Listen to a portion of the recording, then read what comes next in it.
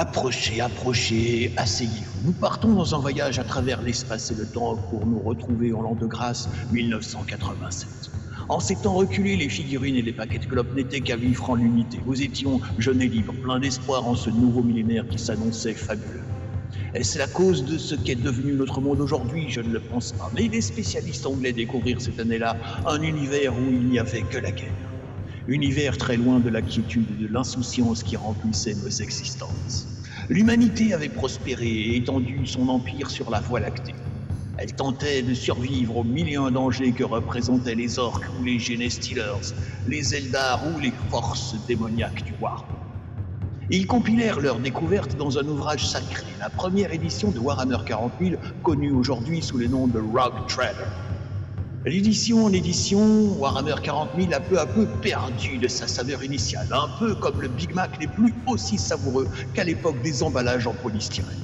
Aussi, alors que certains tentent de sauver le monde en faisant du vélo, je vous appelle, vous, mes chers petits amis de la forêt et autres forces telluriques, à me rejoindre pour redonner à Warhammer 40 000 sa saveur d'autrefois. Et ensemble...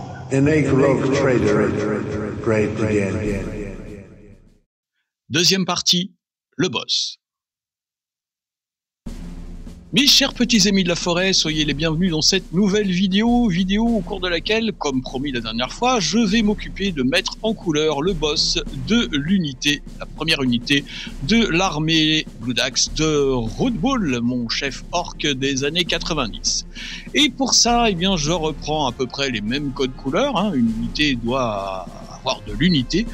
Pour ça donc, je reprends du Hunter Green de chez Green Stuff World, je reprends ma palette texturée Ikea en liège qui peut également servir de dessous de plat, je reprends mon pinceau en poil de putois, je suppose, et je viens faire un brossage à sec de Hunter Green sur toutes les parties où la peau de mon orc sont apparentes, à savoir son visage, son torse musclé et ses deux mognons de bras, puisque le reste, eh bien, c'est du cybernétique orc, bien évidemment. Donc voilà ce que ça donne avec ce premier passage. On enchaîne, comme la dernière fois, avec du Yoda Green, toujours en brossage à sec et en tapotage, de façon à faire ressortir de manière un petit peu violente les zones les plus exposées à la lumière de notre orc, à savoir ses arcades sourcilières, le dessus de son crâne, le dessus des arêtes, le haut de son torse, le reste va rester relativement dans l'ombre, ses muscles saillants de ses deux bras. Donc parfois c'est un petit peu difficile d'accès parce qu'il y a des épaulettes qui sont là et que la figurine je l'ai achetée sur Vinted d'occasion, donc elle était déjà toute assemblée. Sans quoi ça aurait peut-être été mieux de peindre les bras avant de coller les épaulettes. Bref, on enchaîne et cette fois-ci une petite nouveauté, nous allons utiliser de l'encre violette. C'est une encre de chez Correct Art, c'est une encre à base de gomme arabique, donc une encre qui se réactive une fois sèche si je mets de l'eau dessus. Et pour éviter qu'elle se réactive, je vais mélanger dans mon encre, dans ma petite palette à godet, je vais mélanger du médium acrylique, ce qui va la rendre étanche. Alors cette encre, je vais m'en servir pour marquer les ombres, exactement comme si vous utilisiez un shade. Si vous avez du shade violet, eh bien, ce sera très bien. Moi j'en ai pas, j'utilise celle-ci et voilà le travail. Donc ça va marquer des ombres qui seront un petit peu plus riches en termes de couleurs que si je les avais laissées en noir. Ça va faire ressortir un peu mieux le vert. Comme la dernière fois, on enchaîne avec du Rhinox Hide et mon pinceau synthétique qui décidément a survécu aux 9 autres orques. C'est une belle performance et qui est toujours d'attaque, toujours suffisamment précis pour cette tâche. Je vais donc repasser toutes les parties métalliques et toutes les parties en cuir avec le Rhinox Hide. Si vous n'avez pas de Rhinox Hide, prenez n'importe quel brun foncé. Et si vous n'avez pas de brun foncé, eh bien vous pouvez toujours vous le faire en mélangeant vos 3 couleurs primaires. Si vous avez la flemme, eh bien vous prenez du orange, vous mettez du noir dedans, ou un orange ou un marron un peu plus léger, vous mettez du noir dedans. Ce sera moins bien, mais ce sera toujours mieux que rien. Donc on va étaler ça sur toutes les parties métalliques. Alors là, il y en a un paquet, entre le bras métallique, le totem qu'il a dans le dos, le flingue, il y a de quoi faire. Une fois que ce brun Relox Hide est sec, je vais reprendre le Black Roots Grey de la dernière fois que j'ai utilisé pour les uniformes, les pantalons d'uniforme de mes orques. Le chef de l'unité va évidemment porter les mêmes couleurs. Et donc, exactement comme dans la vidéo précédente, je viens en faisant au maximum attention de ne pas déborder sur les bottes qui vont rester noires. Je viens appliquer cette couche de gris. Nouveau produit que vous n'avez pas encore vu dans mes vidéos, me semble-t-il, c'est la peinture acrylique de chez PBO, la Matte Cube, pour l'ocre jaune. Alors Matte Cube, c'est une peinture acrylique extrêmement courante. Elle est mate en plus et c'est vraiment une des meilleures peintures acryliques du marché. Toute marque et tout type de peinture acrylique confondue. Puisqu'elle va couvrir le noir. Alors là, je l'ai un tout petit peu diluée pour qu'elle s'applique, que ça ne fasse pas de gros pâté. Donc il va très certainement falloir 2 couches, mais regardez à quel point cet ocre est capable de couvrir le noir. Donc je vais faire tout le holster dorsal de mon orc avec. Prenez votre temps pour appliquer ça, n'oubliez pas les côtés, n'oubliez pas non plus ce petit retour de peau. Je ne sais pas quel genre de peau c'est, on va dire que c'est de la peau de biquette. Et avec la pointe du pinceau, tranquillou. Voilà, je vais appliquer cette même couleur encore un peu plus diluée sur le crâne d'orque qui est accroché à son totem dorsal. Alors vraiment juste pour poser une teinte de fond, pour casser le noir. On reviendra le retravailler après. Et puis je vais me servir de cette même couleur pour... c'est pas une queue de cheval, c'est un squig cheveux qui est accroché à la poignée de son bolter. Donc je vais passer cette couleur en plusieurs fois, plusieurs passages ici pour qu'il y ait des zones un peu plus sombres et d'autres qui accrochent un petit peu plus la lumière. Voilà, on laisse sécher et on va passer au noir pour, comme la dernière fois, s'occuper de peindre le haut des vêtements de mon orc.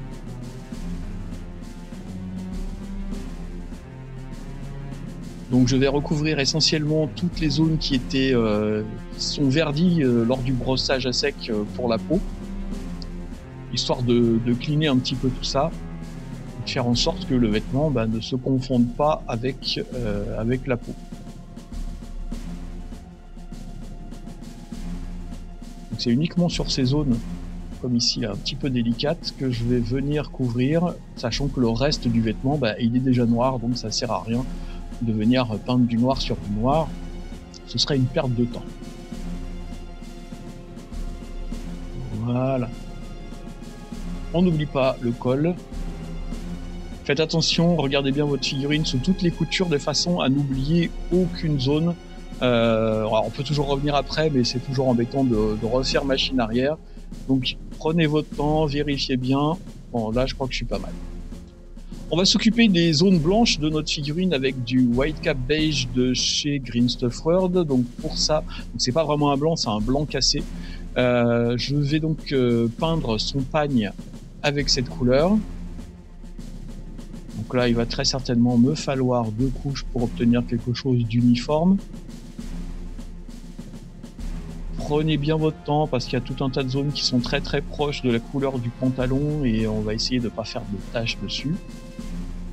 Ce sont deux éléments de vêtements qui sont très distincts, et surtout qui n'ont pas la même couleur.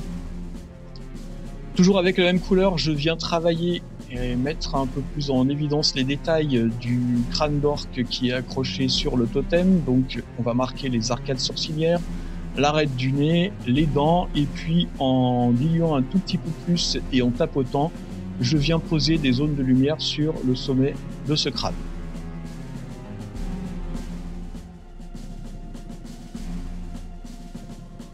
Vous n'avez pas besoin d'avoir quelque chose d'extrêmement précis. Alors après, vous faites comme vous voulez. Moi, mon but, c'est d'avoir une touche très violente dans la peinture, de façon à être dans l'esprit orc. Donc, les coups de pinceau sont visibles. Je ne vais pas chercher à faire des dégradés très, très doux, etc. C'est pour ça que je travaille par petits à-coups comme ça sur la pointe du pinceau. Une figurine citadelle n'est pas vraiment une figurine citadelle s'il n'y a pas des crânes partout. Et regardez, il y en a un qui est caché sous la grenade à lancer. Eh bien, pareil, je vais utiliser le même Whitecap beige pour le définir. Il est temps de passer au wash avec un petit coup de ma désormais célèbre Van Dyck Brown en peinture à l'huile. Donc, une toute petite dose de peinture, pas mal de White Spirit, et avec un vieux pinceau, je viens appliquer ça sur la totalité de ma figurine. Alors ça va me permettre de faire une sorte de patine sur l'ensemble, ce qui va unifier un petit peu, donner une unité finalement à ma figurine, quelles que soient les couleurs utilisées. Et puis surtout, ça va me faire des ombres extrêmement subtiles, un petit peu comme avec un wash acrylique, mais avec beaucoup plus de finesse. Donc c'est très facile à poser, c'est très facile à travailler. Il faut juste prendre son temps, avoir derrière une éponge à maquiller ou un coton-tige imbibé généreusement de White Spirit, vous tapotez pour réactiver la peinture à l'huile une fois qu'elle est sèche, et en tapotant, eh bien, les pigments vont venir s'emprisonner dans le coton-tige, ce qui va faire réapparaître la couleur initiale aux endroits où vous avez enlevé la peinture à l'huile. Une fois que tout ça est bien sec, c'est important, on va avec du Iron Warrior et ma petite brosse en synthétique venir faire des tapotis sur les arêtes de toutes les parties métalliques de façon à les faire ressortir. Alors non seulement ça va redéfinir les zones métalliques, rendre tout ça plus lisible, mais surtout, regardez, ça va donner l'impression d'un métal oxydé qui a pris des coups récemment et où le métal par usure est redevenu apparent. Évidemment, on va travailler un petit peu plus la rouille que sur les autres figurines du reste de l'unité, hein, c'est le boss, on n'oublie pas. Donc pour ça, je vais utiliser la trilogie magique de chez Green Stuff World, des pigments liquides, en commençant par le plus foncé, que je vais venir poser, alors pas sur la totalité du métal, mais je vais faire une espèce de voile comme ça, plus ou moins aléatoirement. Alors réfléchissez juste où la rouille a plutôt des chances de se former. Donc, toutes les zones qui sont susceptibles d'être en frottement permanent, la pointe des armes, les arêtes, etc. C'est peut-être pas la peine d'en mettre beaucoup, mais par contre, dès que vous avez des rivets, la rouille peut se former autour des rivets, des grandes zones d'aplat, ça peut être pas mal. Donc voilà, vous posez ça tranquillement. Là, je peux y aller généreusement puisque les deux bras sont finalement des bras métalliques. Je n'oublie pas le totem. On va travailler un petit peu son arme aussi et puis sa prothèse de mâchoire. Une fois que cette première couleur est sèche, je vais utiliser la teinte intermédiaire et là, je vais définir des zones plus précises puisque je vais avoir une couleur un peu plus claire. Je vais venir vraiment la poser aux endroits où la rouille se forme principalement, où elle va s'accumuler. Et pour ça, je repère tous les rivets, toutes les zones de jointure entre deux pièces de métal. Si vous avez un doute, regardez simplement des photos de référence pour voir comment la rouille a tendance à s'accumuler sur les plaques métalliques. Et vous verrez que elle est un peu plus claire, un peu plus orangée, partout où il y a une jointure. Alors, prenez votre temps pour le faire, il n'y a pas de science exacte en fait, hein. Vous posez ça tranquille. N'en mettez pas trop, parce que si tout est rouillé, ça sert à rien de mettre plein de couleurs différentes. Là pour le coup, avec cette couleur et la couleur suivante qui sera la rouille orangée, ce sera le dernier passage de rouille que je vais mettre dessus, c'est important de plus cibler qu'avec la première couleur plus foncée. Voilà, donc dès que vous avez des creux, dès que vous avez des zones qui dans la réalité seraient susceptibles de retenir l'humidité et donc d'accentuer la formation de rouille, eh bien vous venez insister un peu plus avec cette deuxième teinte de rouille médium.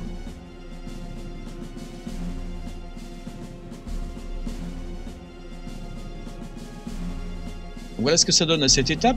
On va donc continuer avec la rouille orangée. Hop, alors je suis désolé, j'ai cadré ça comme un goret. Mais le peu que vous pouvez voir ici vous permet de comprendre. Je ne peux pas, je n'ai pas pu faire mieux. Hein. Désolé, avec une fois que j'ai vu les rushs, c'était comme ça. Donc bref, vous avez l'idée. Voilà, vous pouvez admirer ici ce que donne cette palette de ce camailleux de rouille. Je reprends mon Blackwood Grey pour venir remettre un petit coup de lumière sur le haut, les surfaces qui accrochent la lumière sur le pantalon de mon orc. Le lavis à l'huile a un petit peu terni tout ça. Et puis, avec mon Whitecap beige, je vais venir dessiner des motifs tribaux sur l'armure de mon orc. Alors ici, à main levée, on va faire un damier, un motif de damier. Donc c'est relativement simple à faire, il faut juste que vous ayez un pinceau précis, que vous ayez vos mains bien calées et que vous dessiniez carré par carré, les uns après les autres.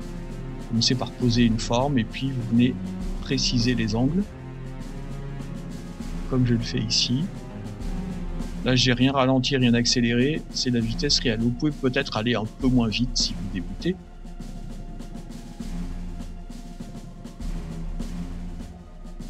Voilà. Il sera peut-être nécessaire parfois que vous passiez plusieurs couches hein, pour si vous voulez avoir quelque chose de bien net. Là, c'est pas le but recherché. Je veux juste que le damier soit bien défini et puis ça va s'arrêter là. Une fois que mon damier est fait, je vais m'occuper de mettre avec la même couleur en blanc les dents. Alors, du coup, c'est pas du blanc, hein, c'est du Whitecap beige, on a un blanc un peu cassé. Donc là, il faut être très très minutieux, comme la mâchoire métallique est posée par-dessus. Les dents sont assez difficiles d'accès, mais en tournant la figurine sous tous les angles, c'est possible. On va aussi, puisqu'on est dans les dents, mettre en couleur les fausses dents métalliques qui sont accrochées sur son armure. Donc vous voyez, comme pour le crâne d'orc, je viens travailler en posant des touches, des points de peinture les uns à côté des autres pour avoir un rendu irrégulier comme si ça avait été peint par un vrai orc. Est-ce que je ne serais pas un peu orc moi aussi finalement? Voilà, s'il y a des petites zones qui ne sont pas peintes, eh bien c'est pas grave, au contraire, ça peut améliorer.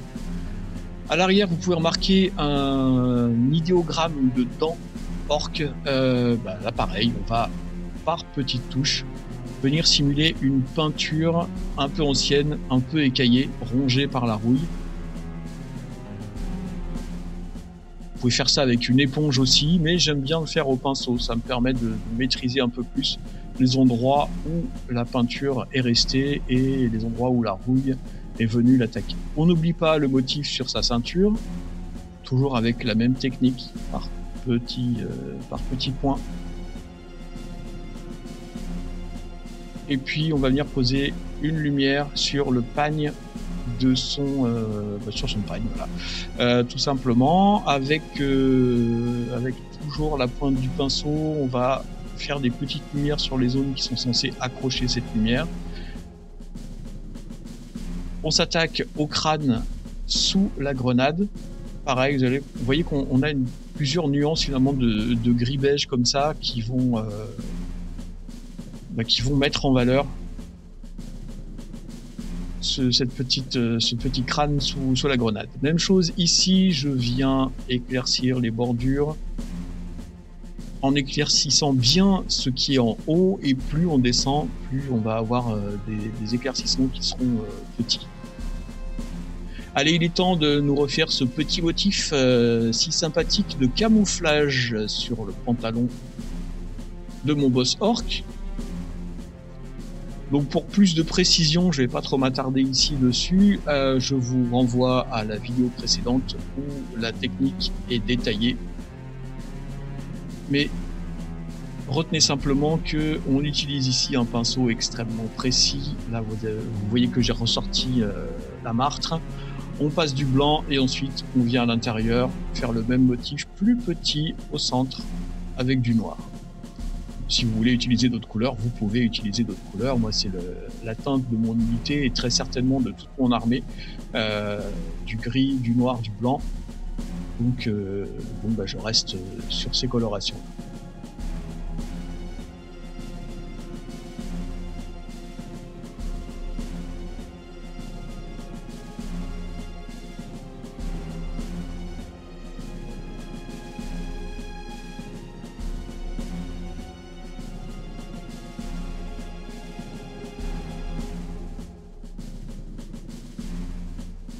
Tournez bien votre figurine sous toutes les coutures, là aussi ce serait bête d'oublier un élément que vous n'avez pas en blanc et de pas avoir la partie noire à l'intérieur. Donc voilà ce que ça donne à cette étape, ça commence à être vraiment pas mal. Je vais maintenant m'occuper, avec toujours la même couleur, des peintures de guerre sur le visage de mon orc. Ici on va faire un simple triangle qui démarre au-dessus des yeux et qui va venir s'étaler sur tout le visage jusqu'à l'ouverture de la bouche, donc le nez et la lèvre supérieure. Pareil, rappelez-vous, si vous voulez de la référence à ce niveau-là, allez voir un petit peu les orques du Seigneur des Anneaux dans le film. C'est un petit peu rugueux, hein. Donc c'est pas très précis, mais c'est fait exprès. Je reprends mon Yoda Green à présent, que je vais mélanger avec un petit peu de Whitecap beige pour, comme la dernière fois, venir redonner un peu de lumière après mon lavis à l'huile sur les zones les plus exposées à la lumière. Toujours pour accentuer les contrastes et du coup accentuer la lisibilité des volumes de ma figurine une fois sur la table de jeu. Alors, assez dilué, je vais venir faire ressortir son muscle pectoral. Vous voyez que le pinceau est une vieille brêle qui a connu des jours meilleurs. Mais c'est absolument parfait pour faire ce genre de petites retouches avec une peinture assez diluée.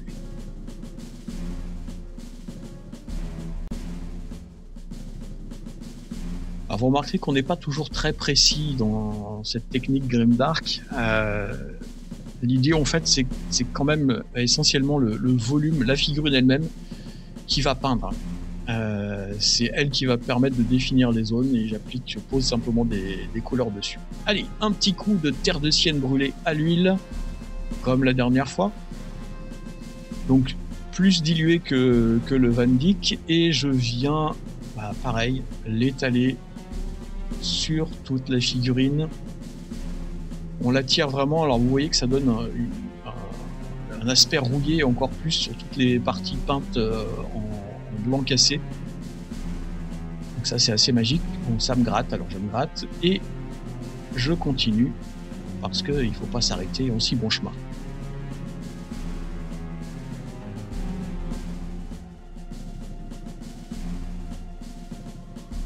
Voilà, on reprendra une fois que ce sera sec notre bon vieux coton-tige et le White Spirit.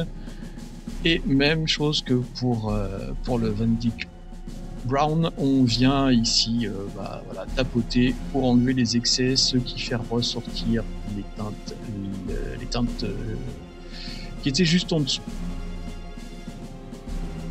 Et vous voyez qu'on a une espèce de richesse là, dans les variations d'ocre sur toutes les parties blanches. C'est extrêmement intéressant.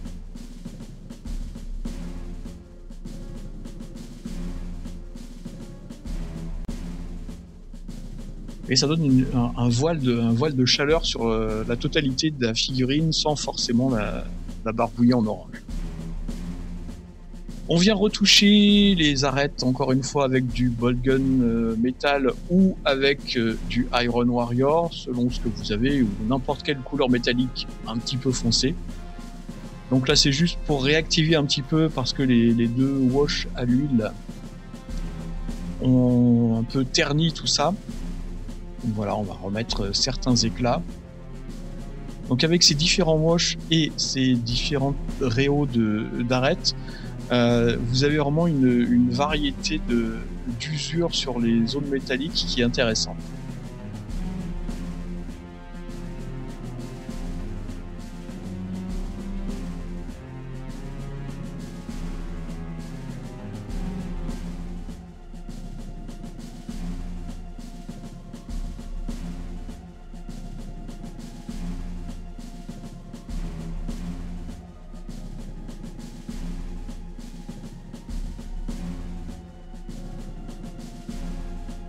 On va maintenant, car je n'ai pas fait de trou dans le bolter, on va utiliser une peinture noire extra mat pour simuler, peindre un trou sur le canon du bolter.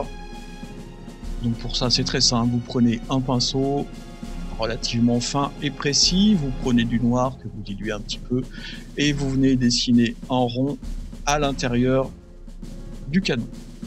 On va garder ce noir et on va venir faire des petites éclaboussures comme ça pour, pareil, redonner un peu de sauvagerie à notre orc.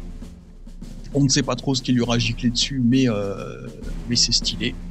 Hop, un petit peu par ici, un petit peu par là. Tiens, prends ça. Voilà.